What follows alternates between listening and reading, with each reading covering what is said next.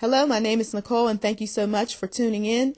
Today I'm going to use Jesus attending the feast in Jerusalem in John chapter 7, verses 2 through 53 as a good example for those of you all who are wondering what to expect as you walk closer with the Lord, what to expect as you walk closer with the Lord.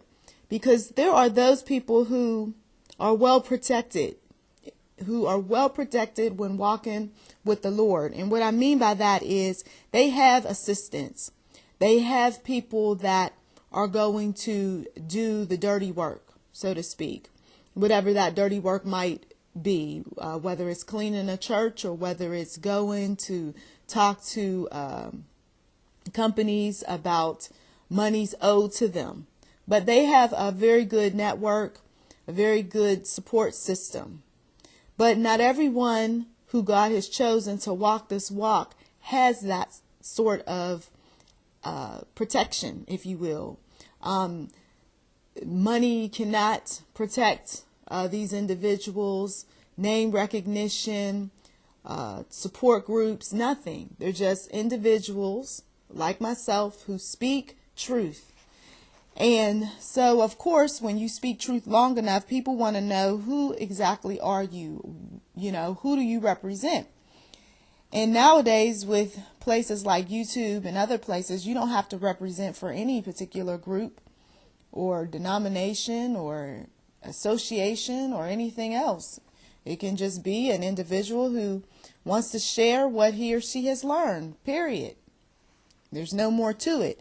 But as you are amongst certain people, they're going to want to see what you're made of, so to speak. They're going to set up little traps for you, okay?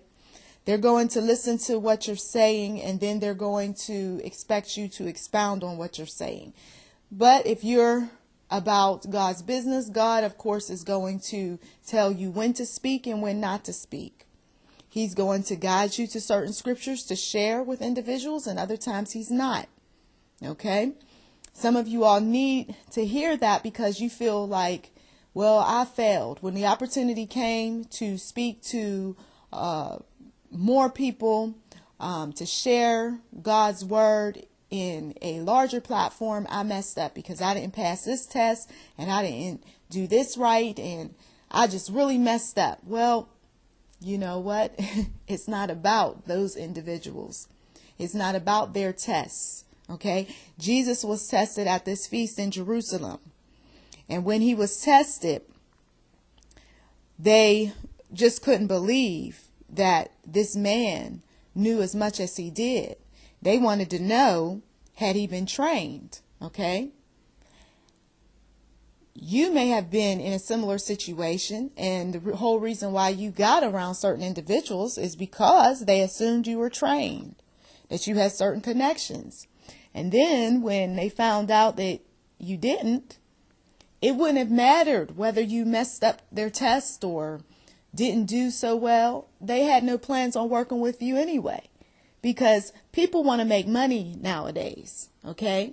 They're not interested most of the time, okay? Not all the time, but most of the time they're not interested in anyone who they're going to have to work really, really hard with in order to get them in a certain place in society. A lot of times people just don't want to do it. They want to work with somebody who already has some type of connection to someone or some group, okay? So here Jesus, he didn't have all of that. His support network, if you will, were people who he was teaching. Okay? But Jesus was very wise. When the test came and he was talking to these individuals, he didn't say, well, I have this experience and I have that experience. He didn't do that. Instead, he said, my teaching is not mine, but his who sent me. And so this is what you have to keep in mind, is that as you're moving up, so to speak, drawing closer to the Lord, people are starting to notice you more.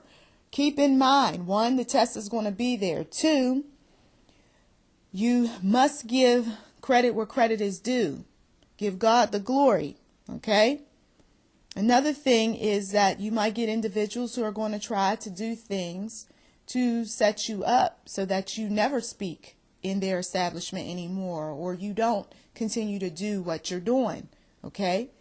But their efforts will fail if it is not time for you to stop sharing God's word.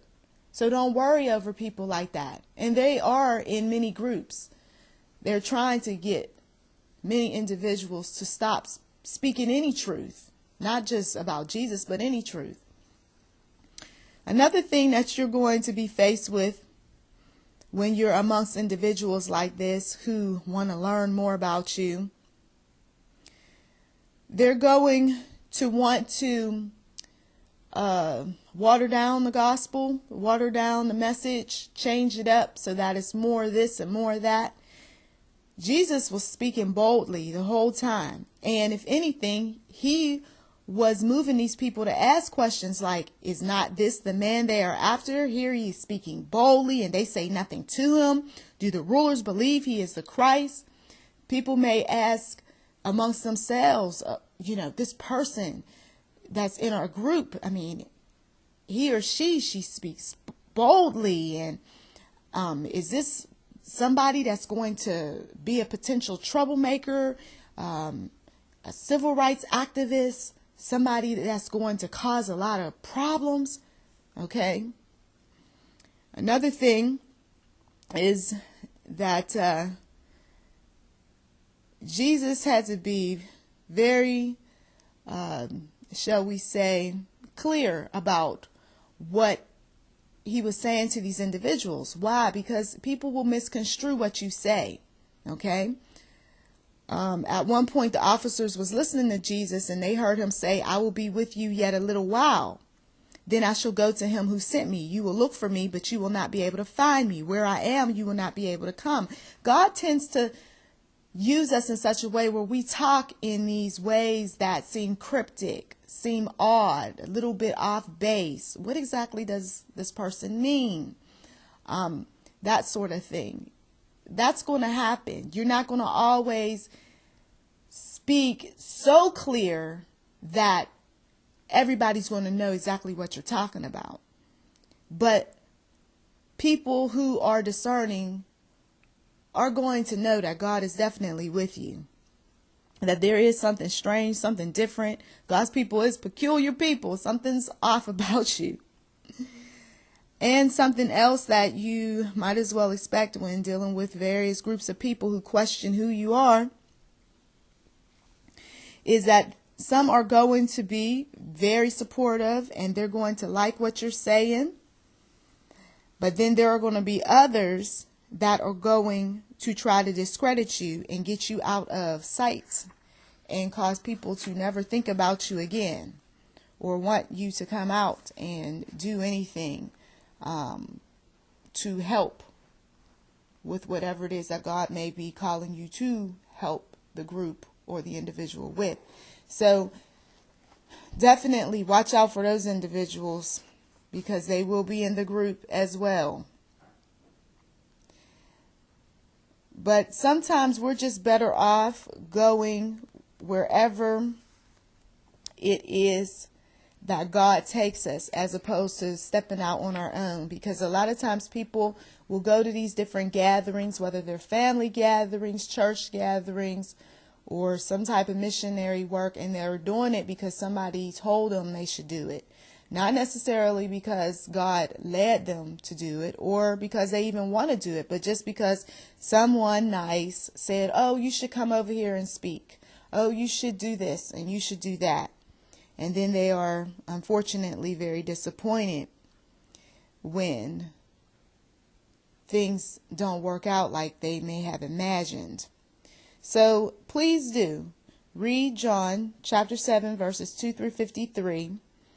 And pay very close attention to how Jesus dealt with these critics, with these skeptics and angry individuals, as well as those who admired him. And I thank you so much for listening.